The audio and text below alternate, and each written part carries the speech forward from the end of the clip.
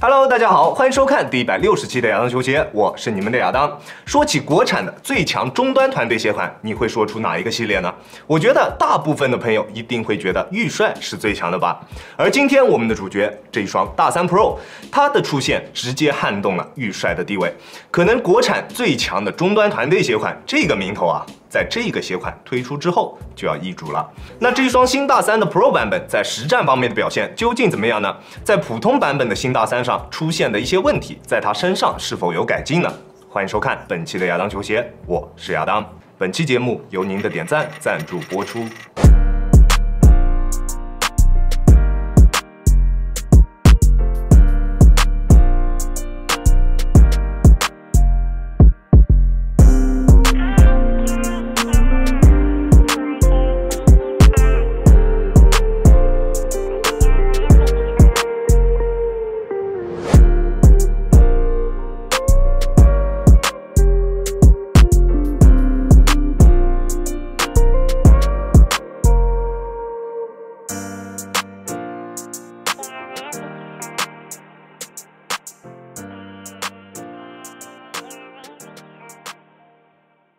首先，我们还先来看一下这一双鞋的外观。在外观方面，你觉得它可以达到几分呢？在图片上面，我觉得这一个黄色的配色啊，确实是挺好看的，所以我买了它，而并没有买雪山。但是拿到实物之后，还是有一点失望的，感觉雪山应该会更好看一些。那这两个配色，你会更喜欢雪山，还是更喜欢这一个橘子汽水呢？那在实战方面，我们依旧还是从大底开始说起。大底方面跟普通版本的大3是没有任何区别的，依旧在抓地力方面有着非常优秀的表现，并且在吸灰方面也控制得非常不错。在灰尘比较多的场地上，它的抓地力也并不会有太大的衰减。不过在耐磨性方面，我手上的这个配色搭载的是水晶大底，在耐磨性方面会比搭载普通橡胶的稍微差一些。那如果你想要购买这个鞋款进行外场的实战，那搭载橡胶底配色的会更加的合适一些。而在中底方面，是这一双鞋提升最大的一个地方。361度旗下首款搭载全掌超临界发泡材料的篮球鞋，并且这个被命名为 Quick Flame 的缓震材料在脚感方面韧大于软。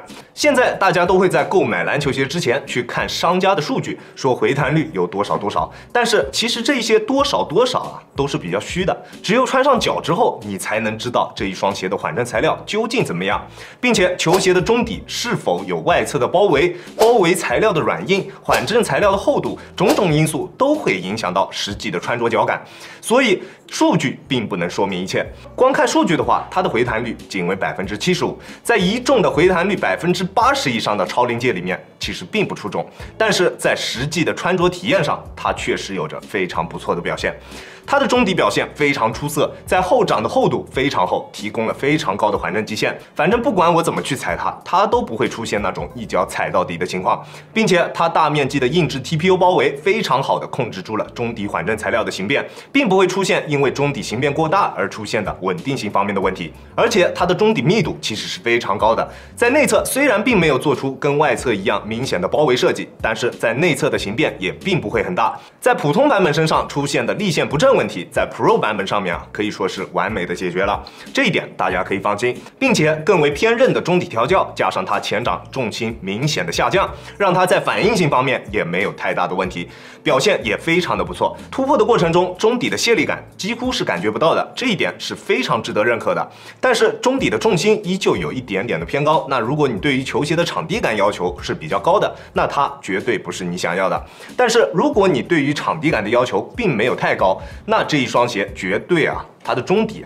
不说100%让你满意吧，80%绝对是没有问题的。不管你的体重多大，它都没有问题。最重要的一点是，它中底的过渡是非常丝滑的，在跑动的过程中，你能明显的感觉到它中底给你提供的那一种极为明显的力反馈，再加上它丝滑的中底过渡，打全场比赛的时候非常爽，滚动感非常强。它的中底体验，我感觉啊，它甚至比预帅14本更为优秀。它比预帅笨更加弹一些，我会更喜欢那种偏弹一些的脚感。不过中底的碳板依旧使用的是这种平面的碳板，并没有使用异形碳板，在足弓支撑方面依旧会有一些欠缺。那如果能够在足弓处加上少许的这一种支撑或者是加强的话，那这一双鞋的中底可以算是直接封顶。当然，它在足弓处的支撑比普通的大3是要好了不少的，还是会有一定的支撑感的。那对于低足弓的朋友来说，绝对是够用的。而在鞋面方面，我觉得它比普通版本的大3是要下降的。虽然软质的针织鞋面确实能够提供给你更为优秀的舒适度，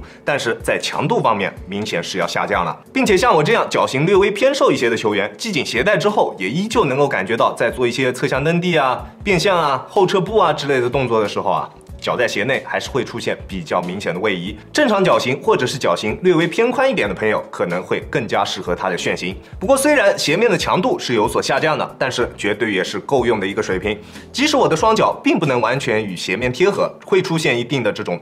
脚在鞋内位移的情况，但是它的鞋面强度是完全可以兜得住我的双脚的。虽然有所下降，但是也绝对够用，这一点大家也可以放心。毕竟球鞋外侧有着非常明显的 TPU 上翻至了鞋面，让它在球鞋的侧向支撑方面也得到了保证，并且球鞋的整体刚性也是非常强的。大面积的中底碳板加上球鞋侧面大面积的 TPU 加持，让它在球鞋的整体刚性方面也有着非常不错的表现。做任何动作，你都能感觉到球鞋的整体姿态保持的是非常好的。在后跟处内部的港宝硬度也是非常高的，并且覆盖的范围也是非常大的，让它在后跟处的支撑性以及稳定性都得到了保证，完全没有问题。并且球鞋在前后掌都做出了非常明显的外扩，虽然球鞋的中底重心是略微有一些偏高的，但是中底的缓震材料并不软，并且它在大部分的区域都做出了包围，让它在稳定性方面表现得非常不错。穿上脚之后啊，并不会出现那一种不放心的感觉。在实战的过程中，脚底下的球鞋存在感是非常低的，鞋脚一体性做得非常好，这是一双高重心的篮球鞋很难做到的一个点。